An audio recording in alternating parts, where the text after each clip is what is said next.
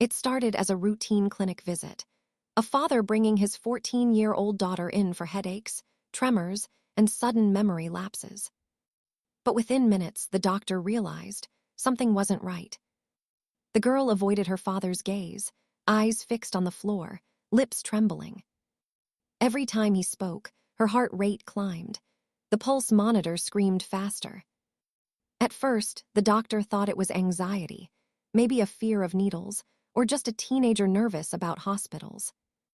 But then the air changed. The girl whispered something under her breath, too soft to catch, and when the doctor leaned in, the sound monitors beside her bed began spiking in perfect sync with her whisper. The father asked, "Is everything okay?" The doctor didn't answer. He adjusted the ultrasound wand, one more pass, one more image, and that's when the room fell completely silent. On the screen was movement. Not blood flow, not muscle tissue. Something else, something that made the doctor's hand shake as he froze mid-scan. He stared at the monitor, his face draining of color, and said only 4 words, "Call for a specialist." That day would mark the beginning of one of the strangest medical mysteries ever recorded. A case that would blur the line between medicine, memory, and madness. The clinic was a quiet one, Brookside Family Practice, a small facility just outside Spokane, Washington. It was the kind of place where doctors knew patients by name, where families came in for flu shots, sports injuries, and routine checkups. Nothing about that Tuesday morning seemed out of the ordinary. At 9:12 a.m., Dr. Helen Rhodes, a pediatric neurologist with 15 years of experience, began her next appointment. Patient, Lydia Parker, age 14. Accompanied by her father, Jonathan Parker, 52. Jonathan explained that his daughter had been suffering from headaches, sharp, pulsing pains, sometimes followed by blackouts lasting several seconds. He said she'd grown withdrawn, distracted, and sometimes spoke in her sleep. Dr. Rhodes nodded, jotting notes in her file, but she noticed something that wasn't in the paperwork. Lydia wasn't speaking. She sat stiffly in the chair beside her father, her eyes focused on a small crack in the linoleum floor. When Dr. Rhodes asked Lydia to describe her symptoms herself, the girl didn't answer. Instead, her fingers began to twitch against her jeans, tapping, in a slow, repeating rhythm. The doctor leaned forward. "Lydia, can you tell me what happens before the headaches?" The girl blinked once, twice, then finally whispered, "It's not pain, it's noise." The father shifted in his seat. "She means pressure," he corrected quickly, "like ringing in the ears." But the girl shook her head, voice barely audible. "No, it's voices. They sound like me, but not me." Dr. Rhodes studied her closely. No visible injuries, no sign of trauma, just fear, quiet, internalized fear. When she asked if Lydia had experienced any recent accidents or stress, Jonathan laughed nervously. Teenage stress, sure, TikTok, homework, you name it. But his laugh didn't reach his eyes. Then, as Dr. Rhodes stepped closer to examine Lydia's pupils, the girl flinched violently and turned her head away. The pulse monitors spiked. Her breathing accelerated. It wasn't the reaction of a nervous teen. It was instinctive, like she was reacting to danger. Dr. Rhodes decided to run a basic neurological screening, just to be safe. Motor reflexes, eye tracking, pulse check. Everything came back normal, until the very last test. She asked Lydia to close her eyes and raise both arms, a simple balance test. But halfway through, Lydia's left arm began to tremble uncontrollably. Her eyes flicked open, and for a brief second, her voice changed. "He shouldn't have brought me here." The doctor froze. Lydia's father was pale, frozen, eyes locked on his daughter like he didn't recognize her. When Dr. Rhodes repeated the question, Lydia blinked, confused. What did I do it wrong? The moment passed, but something lingered, something unseen. Dr. Rhodes wrote a note in the chart. Recommend neurological imaging, possible seizure activity, emotional dissociation observed. She ordered an ultrasound scan, just to rule out pressure, swelling, or abnormal blood flow. Routine procedure. Standard protocol, but within minutes of that scan, everything would change, because what the doctor found inside that ultrasound wouldn't just challenge her medical training. It would rewrite everything she thought she knew about the human mind. At 10:42 a.m., Dr. Helen Rhodes prepared to begin a standard carotid and cranial ultrasound, a simple scan used to check blood flow and rule out structural causes for headaches. The machine was a Siemens Sonara TCD, standard issue, clean, calibrated, and impossible to misread, or so she thought. Lydia sat quietly on the examination table, her hair tucked behind one ear. Her father stood close, too close, arms crossed, eyes following every move the doctor made. Dr. Rhodes applied the gel, guiding the sensor gently along Lydia's temple. At first, everything looked normal, steady pulses, clean vascular walls, no sign of obstruction. Then the screen flickered. The Doppler lines, those neat blue and red waves that should show blood flow, began to pulse erratically, almost like static interference. Then the color shifted. The blue tones bled into red, merging into a single, irregular rhythm, one that didn't match Lydia's pulse at all. Dr. Rhodes frowned, checked the machine's calibration, and tried again. Same result. A second pulse, hidden inside the first. Jonathan asked, "Is everything okay?" The doctor didn't answer. She leaned closer to the monitor, zooming in on the data stream. That's when Lydia tensed, her back arching slightly, eyes fluttering open. Her pulse rate jumped from 78 to 120 in less than 5 seconds. The screen flared white. The machine's audio output, normally quiet background static, suddenly emitted a faint rhythmic pattern. Not random, not noise. It was repeating like code. Dr. Rhodes froze. Every few seconds, a tone sequence repeated, 3 short pulses, 1 long. She wrote it down instinctively, not realizing it matched a Morse pattern for a single word. H-E-L-P. When the doctor lifted the sensor from Lydia's head, the sound stopped. Instantly. The pattern vanished. Lydia's vitals normalized, and she blinked, disoriented. Dr. Rhodes stared at the frozen ultrasound frame. In the top corner of the scan, something faint flickered in grayscale. At first, it looked like a ghosted reflection, maybe her own hand, maybe machine noise. But when she adjusted the contrast, a shape began to emerge. A circular distortion, buried deep in the temporal lobe, faint, pulsing, almost organic. She turned to the nurse and whispered, "Get Dr. Patel from neurology. Tell him it's urgent." Then she glanced back at Lydia. The girl was staring straight at her, expression calm now. Too calm. And then Lydia smiled, faintly, and said in a voice that was quite her own, "I told you, it's not pain." Dr. Rhodes felt the hairs rise on her neck. She didn't know what she was looking at, whether it was a neurological anomaly, a malfunctioning machine, or something that defied explanation. But she did know one thing. The scan wasn't lying. Something or someone was moving inside Lydia's mind.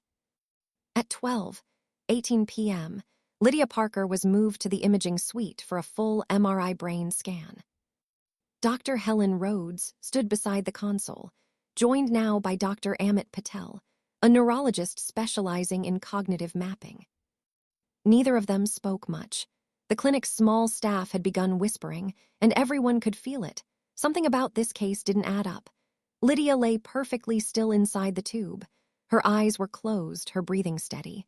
Her father watched through the observation glass, one hand pressed against the frame. The machine began its sequence, loud, rhythmic clicks filling the room. Each scan captured microscopic slices of Lydia's brain in perfect detail. But with every rotation, the display flickered. At first, Dr. Patel assumed it was interference, maybe from the building's wiring. But the glitch wasn't random. Every flicker coincided with Lydia's heartbeat. Every time her pulse spiked, A faint distortion rippled across the image, a wave of static that seemed to breathe. Dr. Rhodes frowned, tapping her keyboard. She ran a frequency analysis. The distortion wasn't noise. It had structure. Patel zoomed in on the source, deep within the hippocampus, the brain's memory center. What he saw made him step back.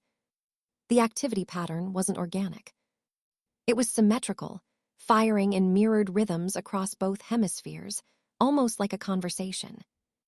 Two signals, perfectly synchronized but out of phase. Patel whispered, "It's as if two consciousness patterns are running at once." Rhodes stared at the monitor. "That's not possible." He nodded, still watching the screen. "I know, but look at this." He overlaid the data. The neural firing patterns formed an almost human waveform, peaks and valleys like speech. It wasn't just electrical noise, it was information. When they isolated the frequency, the room fell silent. A faint sound began bleeding through the speakers, garbled, broken, like an echo of someone speaking underwater. The tech froze. Dr. Rhodes leaned closer to the monitor. "Increase the gain." The voice became clearer, still fragmented, but undeniably human. And then a single phrase came through, clear as glass. "I remember this." Lydia's father rushed to the window, banging on the glass. "What's going on in there?" But Lydia was motionless. Her vitals were normal. Her face was calm. Dr. Patel's hands trembled as he saved the scan. "It's impossible," he said quietly. "You can't record language in a still image." But the data didn't lie. Something inside Lydia's mind was echoing back. Not as thought, not as sound, but as memory trying to speak. Dr. Rhodes printed the final scan, and there, buried in the center of Lydia's hippocampus, was a faint shadow, a perfect silhouette the shape of a human face. They shut the system down. And for the first time in her 15 years, as a doctor, Helen Rhodes couldn't tell if she was looking at a medical anomaly or something that should never have existed. It was early afternoon when Dr. Helen Rhodes brought Lydia and her father back into the consultation room. The MRI results were still uploading to the hospital's secure server, but the images were burned into her mind. Lydia sat on the edge of the chair, pale and exhausted. Jonathan Parker stood beside her, arms folded, eyes fixed on the doctor like he was waiting for a verdict. Dr. Rhodes began gently. She asked about the headaches, about school, about sleep. Lydia answered in short bursts, quiet, careful, each word followed by a glance toward her father. The pattern was unmistakable. Every time Jonathan moved, her shoulders tensed. Every time he spoke, her heart rate monitor jumped. Dr. Rhodes asked Jonathan if he would mind stepping out for a moment while she spoke with Lydia alone. He hesitated. "Is that really necessary?" The doctor smiled politely. "Just standard procedure." The moment the door closed, Lydia's posture changed. She exhaled, a shaky, ragged breath, as though she'd been holding it all morning. Dr. Rhodes spoke quietly. "Lydia, I want you to know you're safe here. No one is going to be angry at anything you say." The girl nodded. Her fingers traced the edge of the examination table. Then she whispered, "He's scared of what I'll remember." The doctor froze. "What do you mean, remember?" Lydia looked up, eyes unfocused. "Sometimes I see things that already happened, but they're not mine." Her voice flattened, almost monotone. "It's like there's another me, older, talking through the noise." Dr. Rhodes took a careful step back. She'd heard of dissociative symptoms, of shared delusions between close relatives, but this felt different. The way Lydia spoke, measured, adult, deliberate, it wasn't mimicry, it was memory. Then Lydia blinked rapidly, confusion returning to her face. "Did I say something weird?" The doctor shook her head. "You're doing fine." Jonathan stepped back into the room, a forced smile on his face. "Everything okay in here?" Lydia straightened immediately, eyes back on the floor. Dr. Rhodes nodded slowly. We'll need a few follow-up tests. Nothing to worry about yet. Jonathan's smile twitched. You doctor always say that. The doctor managed a polite laugh, the kind every physician learns after years of bad news and nervous parents. But inside, her stomach was turning, because she'd just realized the most unsettling thing of all. Lydia wasn't afraid of her father. She was afraid of what connected them. Dr. Rhodes wrote one final line in her notes that day. Possible shared cognitive anomaly. Recommend isolation testing. She didn't know it yet, but that recommendation would ignite an investigation reaching far beyond the walls of Brookside Clinic. That night, long after the clinic had closed, Dr. Helen Rhodes sat alone in her office. A cup of cold coffee beside her, the glow of the MRI monitor flickering across her face. She'd run the images a dozen times. Same results. The same mirrored neural activity. The same faint outline buried in the hippocampus, the shape that looked disturbingly like a human face. But there was something else she hadn't noticed before, a tiny, irregular mark at the bottom of the scan, right next to the timestamp. A line of numbers that didn't belong there. At first, she thought it was a glitch, a compression artifact, maybe a signature from the imaging software. Then the pattern repeated. Different scan, same numbers. She copied them into a text file, 17462093. 62. And on instinct, ran a checksum search through the clinic's database. The system froze for 3 seconds, then opened a directory she'd never seen before. A folder named Archive 9 XBROOKSID TRALS. Inside were encrypted files, all tagged with the same signature. Parker Research Group. The name clicked instantly. Jonathan Parker, Lydia's father, was listed as an engineer on the old staff registry. He'd worked with the clinic's original founder, a neurologist named Dr. Alton Greaves, nearly 10 years earlier. Dr. Rhodes opened the first decrypted log. The header read, Memory Integration Study, Phase III. Subject, LP age 3. Her stomach turned cold. The initials matched Lydia's. She scrolled further, pages of data, test results, and something worse.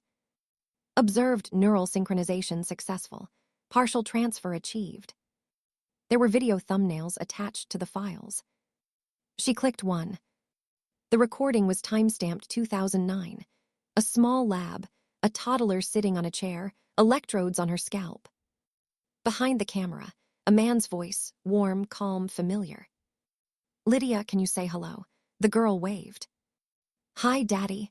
Then another voice, deeper, older, overlapping the first. Initiating pattern merge in 3, 2, the screen flickered. The child's smile vanished. Dr. Rhodes slammed the laptop shut. Her hands were shaking. The file shouldn't exist. And if it did, it meant Lydia wasn't just sick. She was carrying the remnant of a failed experiment, one her father had helped create. Rhodes backed up the data to an encrypted drive and powered down the system. She planned to contact the authorities in the morning. But when she arrived at the clinic the next day, the computer was gone. No trace of the laptop. No trace of the backup. Even the server logs had been wiped clean, as if someone had known exactly where to look. And so had Lydia and her father. Their appointment that morning. Cancelled. Phone disconnected. Address invalid. It was as if they'd vanished overnight. By the following week, Dr. Helen Rhodes had done something she never thought she'd do. She went to the police.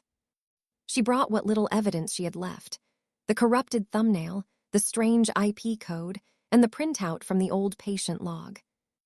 The detective on duty, Sergeant Avery Knox, listened quietly. He'd worked missing person cases before, but this one didn't sound like one. It sounded like something buried.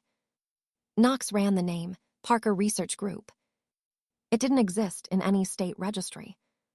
But a defunct corporation with a similar name, PRG Technologies, was once registered to a facility 30 miles east of Darrington, near the base of the North Cascades foothills. When they pulled the coordinates, the satellite images showed nothing but forest and fog. No roads, no buildings, just a narrow dirt path vanishing into the trees. Dr. Rhodes knew that trail. It was where Lydia's father said they used to go camping.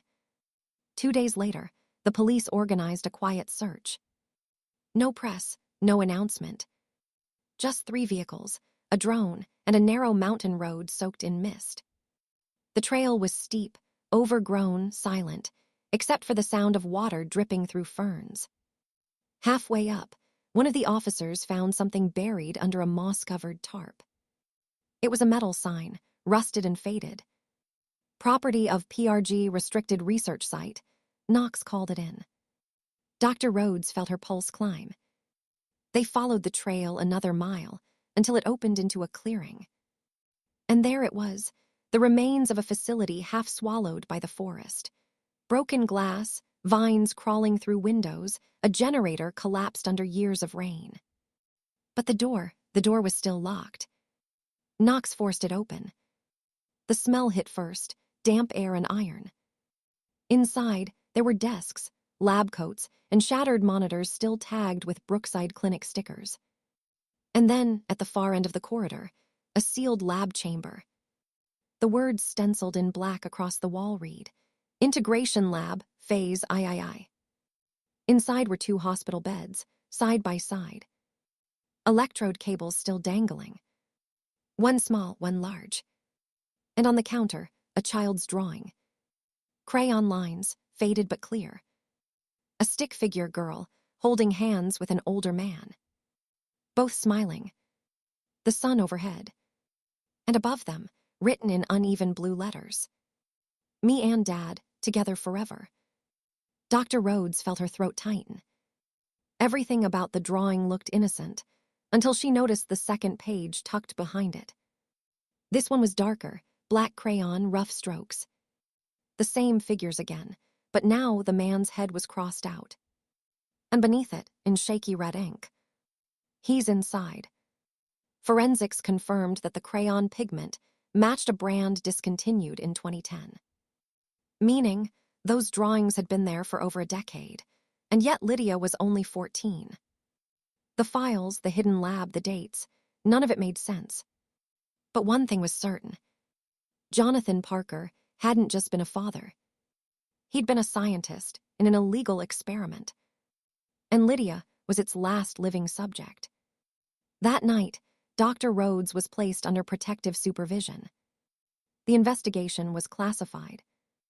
And for the first time since it began, the case of the Parker girl went federal. It took nearly a week to track Lydia and her father.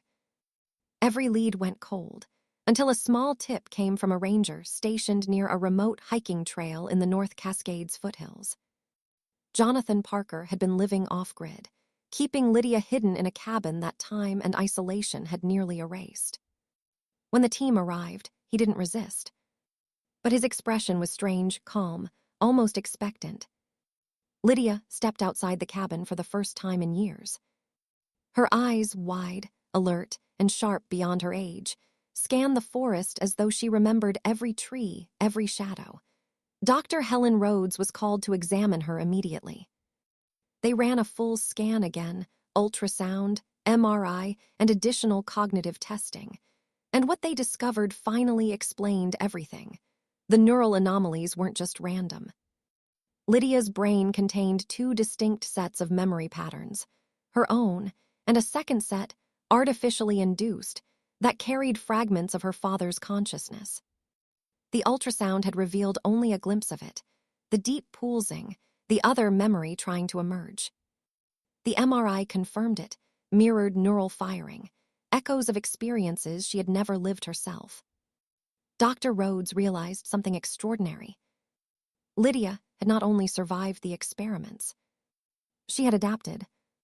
Her brain had compartmentalized the foreign memories, creating a delicate balance between the 2 consciousnesses. Jonathan Parker's role was horrifying, yes, but his intent had shifted over the years. He had cared for Lydia in isolation, keeping the experiment from spiraling out of control. For a time, it had worked. Until the neural echoes began to merge, causing the blackouts, the tremors, the whispered voices. Lydia was removed from the cabin and placed under strict medical care. She was given therapy, monitored for cognitive stability, and slowly introduced back into society. Dr. Rhodes continued to study her case, documenting it as the most extraordinary neurological phenomenon she had ever encountered. Some questions, however, remain unanswered. How much of the second consciousness still resides in Lydia? And what, if anything, has her father left behind inside her mind? The human brain is fragile, but sometimes it's far stranger than we could ever imagine.